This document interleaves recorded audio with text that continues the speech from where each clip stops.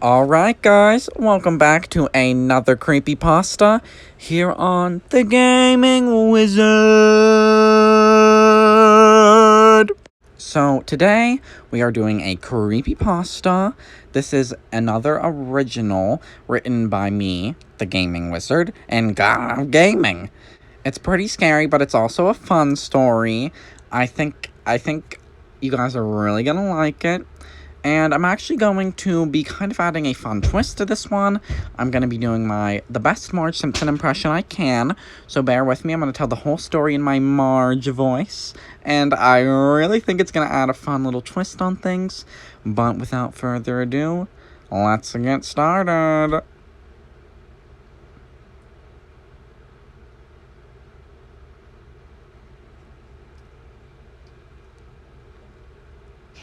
The Marge story.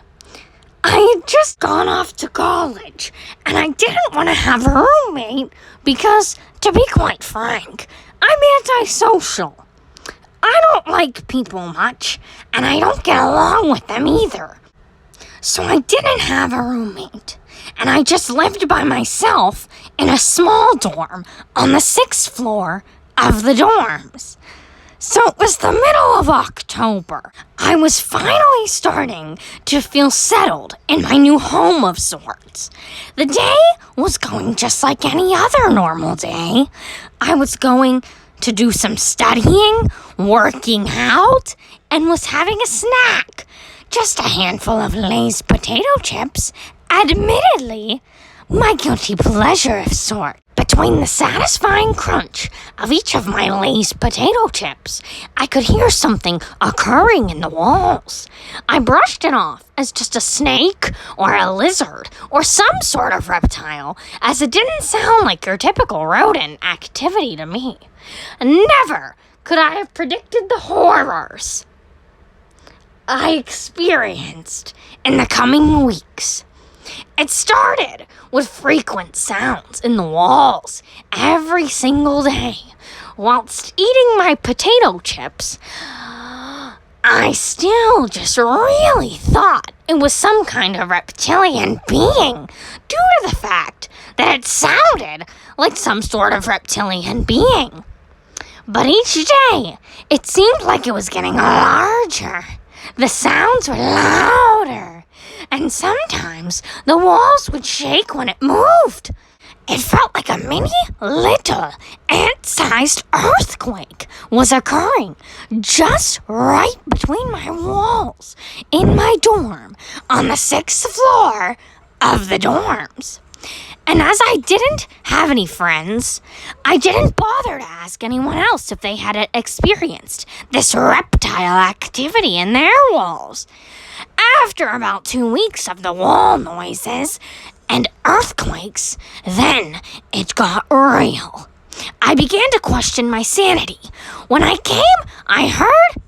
swear, I heard someone speak words in between the walls. I couldn't make out exactly what they were saying, but I did recognize the voice. I could recognize it anywhere. Marge Simpson.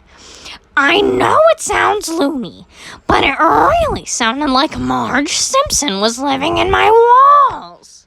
For those of you who live outside of the States, Marge Simpson is a beloved cartoon mother and wife from the popular American television series The Simpsons, which has been on the air for over 30 years, making it one of the longest, if not the longest, running cartoon of all time. But I digress. Marge was a cartoon character, and this was real life. So, how was she living in my walls, you may ask? She wasn't. Well, not the beloved Marge Simpson we all know and love. A few weeks after the reptile wall creature had grown to full size, I could feel it hit the walls, trying to break through. I knew it was only a matter of time before it got through the walls. My theory was proven correct in 6.5 days later, when I came home from class at around something like 8:32 p.m. The apartment had a strange odor, a really foul scent. I crept around on all fours with my flashlight as to not alert whatever was in there. I saw a giant hole had been busted through my wall. There were piles of fecal matter in the wall from where the creature had been living, and a trail of slime and goopy substance had led me to the sleeping beast, who had made itself perfectly comfortable and at home, atop my bed, in my bedroom, in my dorm room, on the 6th floor of the dorms. I had never seen a creature so foul, so abhorrent. This creature was a minotaur, a margitar, with the body of a serpent or a snake, and the head of a human, but not just any human, the head of Marge Simpson from The Simpsons. I crept closer to try and get a better look, but my damn squeaky floorboards put me in a sticky situation yet again. They let out a slow creak, and it awoke the queen of all beasts. It arose abruptly, and it just stared at me with its big, white, cartoony eyes. The creature opened its mouth to speak, and it said, "Zoe," which is my name. "I'm going to kill you, Zoe. I'm going to give you to the count of 10 to get the hell out of my bedroom." I waited until the beast got to the count of 8 because I was frozen in fear. With only a 2-second head start, I didn't get very far, as you can imagine, before beastly Marge caught me. Stay with me! Stay with me! She hissed. Alright, guys, and that was the Marge story, written by me, the Gaming Wizard, and Gaming.